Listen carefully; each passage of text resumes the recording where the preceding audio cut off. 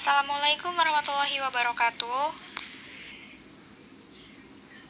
Perkenalkan, nama saya Iis Setiawati. Saya dari kelas 2A Manajemen nomor NPM 612011120065. Etika pemasaran adalah tentang membuat keputusan pemasaran yang benar secara moral, dengan mempertimbangkan tidak hanya keuntungan bisnis, tetapi perspektif moral dan implikasi sosial dari tindakan Anda. Etika pemasaran berkaitan dengan prinsip-prinsip moral di balik operasi dan regulasi pemasaran. Tanggung jawab sosial seseorang manajer pemasaran meliputi pengembangan program pemasaran dan meningkatkan kesadaran dan penerimaan ide-ide dan praktek-praktek sosial. Berikut merupakan ruang lingkup etika pemasaran. Poin pertama, manajer pemasaran harus menerima tanggung jawab atas konsekuensi dari tindakan mereka.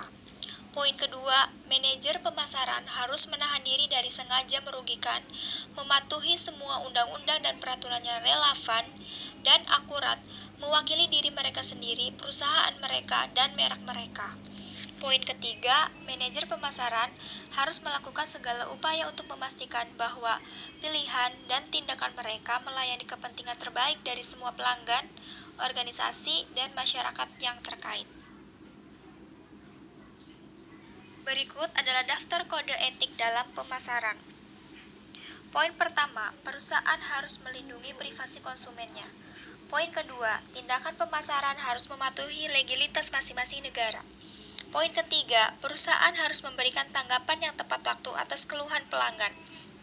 Poin keempat, nilai-nilai budaya organisasi harus dihayati dan dikomunikasikan dengan pemangku kepentingannya.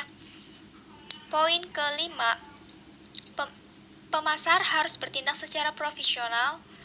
Poin keenam, perusahaan harus memenuhi tugasnya dalam pertukaran komersial, yaitu mengirimkan produk dan jasanya sesuai dengan karakteristik, harga, dan waktu yang dijanjikan.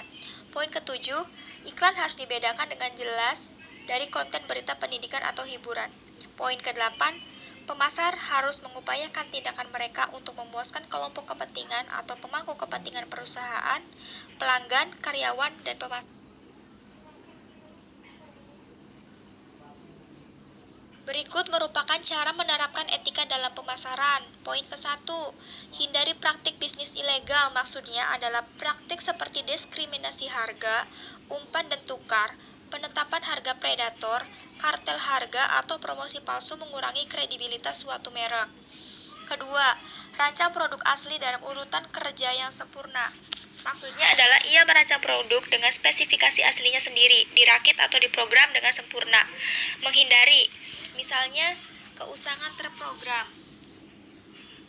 Ketiga, pahami kebutuhan klien Anda. Maksudnya adalah lebih dari sekedar menutup penjualan, karena itulah yang dibutuhkan bisnis Anda.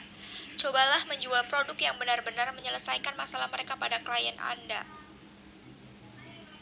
Keempat, jangan gunakan praktik pemasaran digital yang buruk. Maksudnya adalah praktik pemasaran online seperti black hat SEO dikenakan sanksi oleh Google, merusak perangkat mesin pencarian Anda, hindari spam di email Anda, klarifikasi penggunaan cookie di situs web Anda, dan perlakukan data pengguna Anda dengan benar.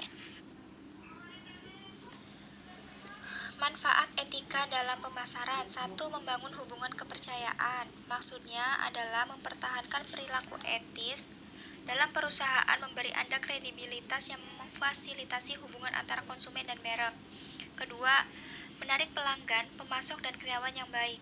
Maksudnya dengan menyampaikan citra profesionalisme dengan berkomunikasi dengan kebenaran dan integritas, Anda akan menarik orang yang mencari merek yang dengannya mereka dapat berbagi nilai-nilai tersebut.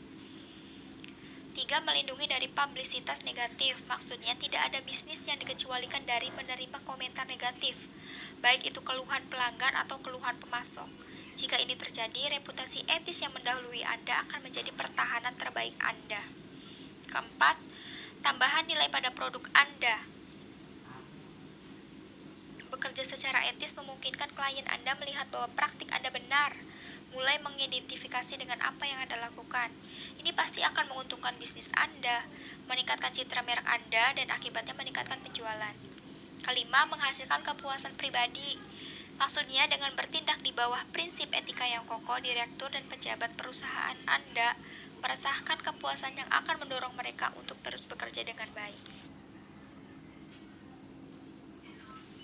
Sekian presentasi dari saya, kurang lebihnya mohon maaf. Wabillahi wa taufiq walhidayah. Wassalamualaikum warahmatullahi wabarakatuh.